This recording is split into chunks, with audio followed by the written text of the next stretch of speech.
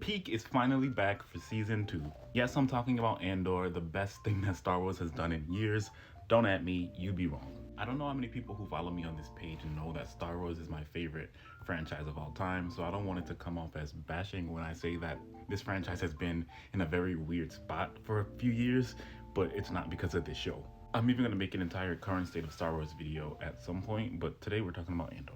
Tony Gilroy is a genius in the first season of Andor, and these 3 episodes prove it. I was originally going to make 3 separate videos about every single episode, but I decided not to because of how connected I think that these arcs really are.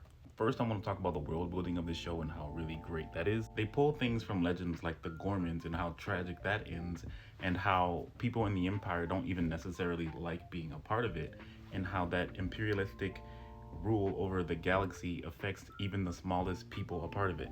This show has always been a slow burn, and I think that the 3 episodes given to us in this arc did a really good job at refamiliarizing us with this world and this time period.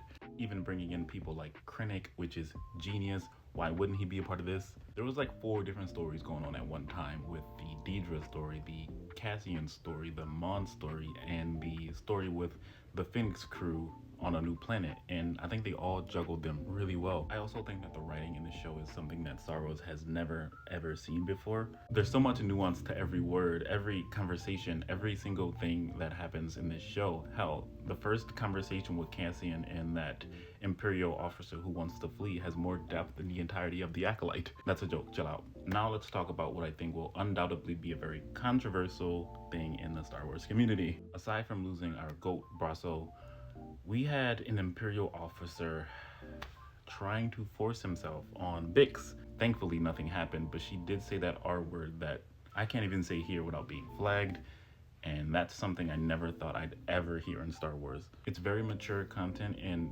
incredibly disgusting subject matter, but I think it's very appropriate for this show to discuss or explore. This show is so much different than anything that Star Wars has ever done before, but it still manages to capture the feeling of Star Wars, the good versus evil, and the choices that characters make to maintain a good balance in the galaxy. That's just my general thoughts of the first 3 episodes. I would love to talk about this more for hours, but I started filming this like 10 minutes before I have to be somewhere.